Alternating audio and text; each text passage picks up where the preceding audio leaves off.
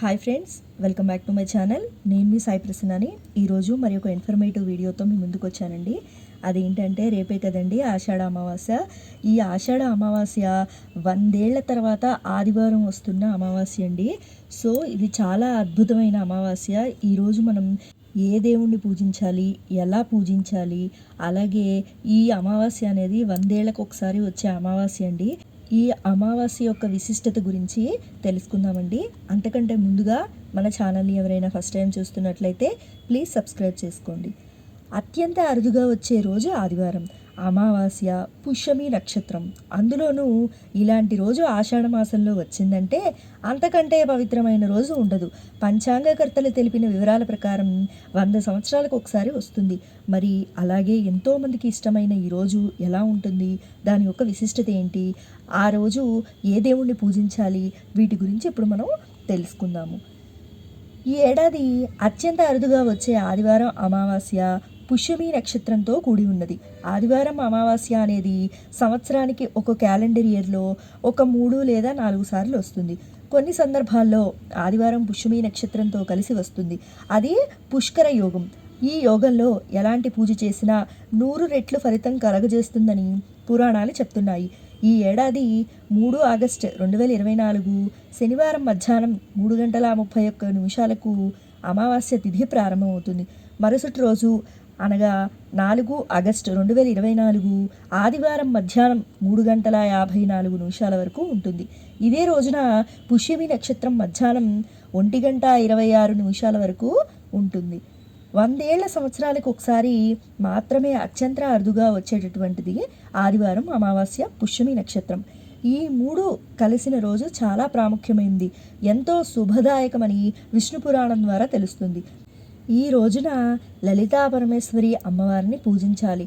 అమ్మవారికి పసుపు కుంకుమతో అలంకరించి షోడశ పూజలు చేయాలి. అమ్మవారికి పులగం నివేదన ఇవ్వాలి. తర్వాత లలితా సహస్రనామం పారాయణ చేయాలి. ఇలా అవకాశం లేకపోతే లలితా సహస్రనామాన్ని శ్రద్ధగా వినాలి. ఈ రోజున పుణ్య నదుల్లో స్నానం ఆచరించాలి. పితృదేవతలకు తర్పణాలు వదలాలి.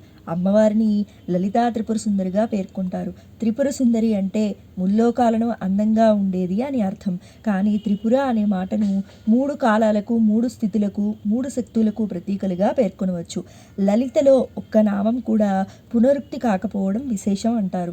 అంతేకాకుండా ఊత పదాలు కూడా ఇందులో ఉండవు. ఒక్క మాటలో చెప్పాలంటే వ్యాకరణ పరంగా కూడా లలితను ఉత్కృష్టమైన స్తోత్రంగా పేర్కొంటారు. బ్రహ్మాండ పురాణం ప్రకారం శ్రీ లలితా సహస్రనామాలు రహస్యనామములు అపమృత్యువులను, కాలమృత్యువులను కూడా పోగొట్టుతాయి. రోగాలను నివారించి దీర్ఘాయుర్ధానాన్ని ప్రసాదిస్తాయి. సకల సంపదలను కలిగిస్తాయి. ఈ స్తోత్రాన్ని శ్రద్ధాశక్తులతో విధి విధానుసారం పఠించాలి. అన్ని పాపాలను హరించడానికి లలితాదేవి యొక్క ఒక్క నామం చాలు. భక్తుడైన వాడు నిత్యంగాని పుణ్యదినములు యందు కానీ ఈ పారాయణ చేయాలి.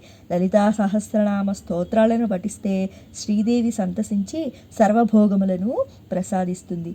అలాగే దక్షిణాది వారు ఈ రోజును ఆషాఢ అమావాస్య అంటే ఉత్తరాది ప్రాంతం వారు హరియాల అమావాస్య అనే పేరుతో దానిని పిలుచుకుంటారు. అయితే సహజంగా మనం ఎన్నో దేవతా పూజలు, హోమాలు, అభిషేకాలు ప్రతిరోజు చేయించుకుంటూ ఉంటాం.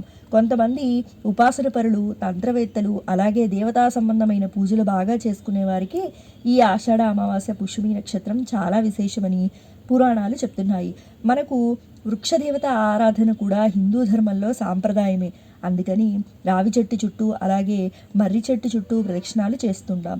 అలాగే మామిడి చెట్టు దగ్గర కూడా తిరుగుతూ ఉంటాం. ఆది దంపతులైన పార్వతీ పరమేశ్వరుల అనుగ్రహం కోసం. అయితే అమావాస్య, ఆదివారం, పుష్యమి నక్షత్రం ఉన్న సమయంలో ప్రకృతిలో ద్విగుణీకృతమైన దేవతాశక్తులు ఆ రోజు భూమి మీద సంచరిస్తూ ఉంటాయి. అంటే రేపు ఆగస్టు 4 అన్నమాట. పుష్యమి నక్షత్రానికి అధిపతి శని భగవానుడు, కానీ పుష్యమి నక్షత్రానికి దేవత బృహస్పతి. నవగ్రహాల్లో ఒక గ్రహం దేవతల గురువు, అందుకే పుష్యమి నక్షత్రం. బృహస్పతి ఆ మంత్రంతో ప్రారంభమవుతుంది కాబట్టి నవగ్రహాల్లో అత్యంత శుభకరుడు ఎవరయ్యా అంటే బృహస్పతి. పుష్యమి నక్షత్రం అర్థం ఏమిటంటే పోషించబడేది, పోషించేది, పుష్టిని కలిగించేది. అనగా మనం ఆ యొక్క పుష్యమి నక్షత్రంలో ఏది చేసినా మనకు అనుకూలంగా మారుతుంది. అలాగే ఈ యొక్క పుష్యమి నక్షత్రంలో ఏ పని మొదలుపెట్టినా తొందరగా అవుతుంది. కారణం ఏంటంటే మనకున్నటువంటి 27 నక్షత్రాల్లో క్షిప్రతారలో అంటే అశ్విని, పుష్యమి, హస్త నక్షత్రం ఈ 3 నక్షత్రాలు ఏ పని చేసినా అత్యంత శీఘ్రంగా ఫలితాలను ఇస్తాయి. మన దేవతల్లో వినాయకుడికి సంబంధించిన దేవతలు చూసుకున్నట్లయితే క్షిప్ర గణపతి అంటారు. అంటే అన్ని గణపతులు యోగాలను ఇస్తాయి, కానీ ఈ క్షిప్ర గణపతిని ఎవరైతే ఆరాధిస్తారో చాలా తొందరగా వారి కోరికలు నెరవేరుతాయి. సో విన్నారు కదండి, ఈ అద్భుతమైన ఆషాఢ అమావాస్య 100 ఏళ్లకు ఒకసారి వస్తుందండి. అమావాస్య, ఆదివారం, పుష్యమి నక్షత్రం. సో ఈరోజు మనం ఏ దేవుణ్ణి పూజించాలి, ఎలా పూజించాలి అన్న విషయం గురించి తెలుసుకున్నాం కదండి. నా వీడియో మీకు ఇన్ఫర్మేటివ్గా అనిపించిందని అనుకుంటున్నాను. నా వీడియో మీకు నచ్చినట్లయితే లైక్ చేయండి, షేర్ చేయండి. కొత్త వాళ్ళు మన ఛానల్ చూస్తున్నట్లయితే సబ్స్క్రైబ్ చేసుకోండి. Thanks for watching.